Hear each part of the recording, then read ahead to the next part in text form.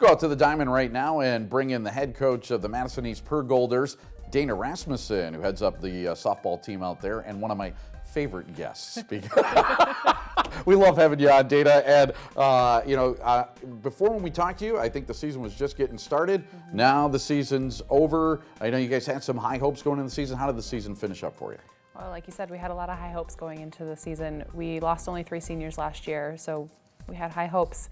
The downside is that things don't always go as planned, and we ended up this season in conference 8-10 and overall 9-12.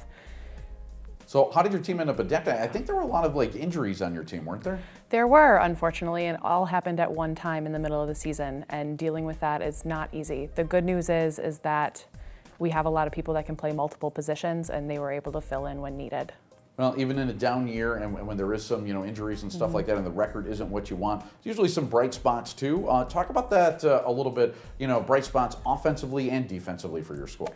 Offensively, we're known from other schools that we're great hitters, and we showed that early on. One of the games we had 22 hits, which is a huge confidence booster for our kids.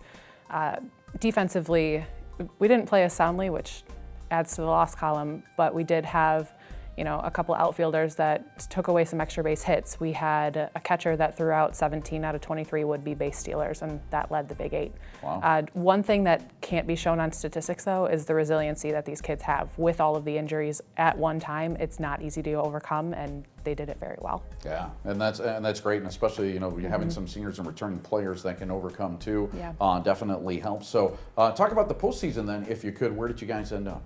We were seeded number 8 in our sectional. We hosted Madison La Follette in the first game. We won 6-5 in extra innings on a walk-off single by our lone senior, Jessie Inman. So that was a huge moment for her and for us, and one she won't soon forget. Our regional final game was at Verona. We ended up losing 8-4, but we did out-hit them. We just didn't string them all together.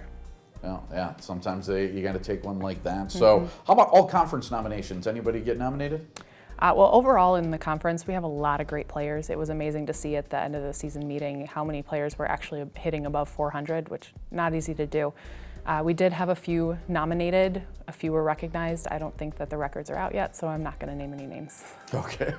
So talk to you a little bit about the next year, though. 2017 and looking ahead. If you're only losing one senior, that's a lot of returning players. You should have some high hopes again, huh? After this year, in all the hype, I'm choosing to be cautiously optimistic. Okay.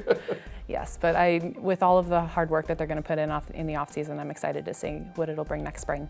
Well, good stuff. Congrats on having some success this year. And we'll look forward to next year and having you on again, Dana. Thanks for coming on. Yeah, thanks for having me. And we'll be right back with more sports news right here on Channel 57 Sports.